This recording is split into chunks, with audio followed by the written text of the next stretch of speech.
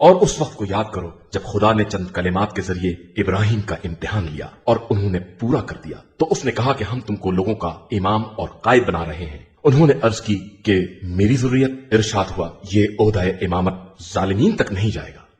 और उस वक्त को याद करो जब हमने खाने काबा को सवाब और अमन की जगह बनाया और हुक्म दे दिया कि मकाम इब्राहिम को मुसल्ला बनाओ, और इब्राहिम और इस्माइल से अहद लिया कि हमारे घर को तवाफ और एतकाफ करने वालों और रुकू और सजदा करने वालों के लिए पाको पाकीज़ा बनाए रखो।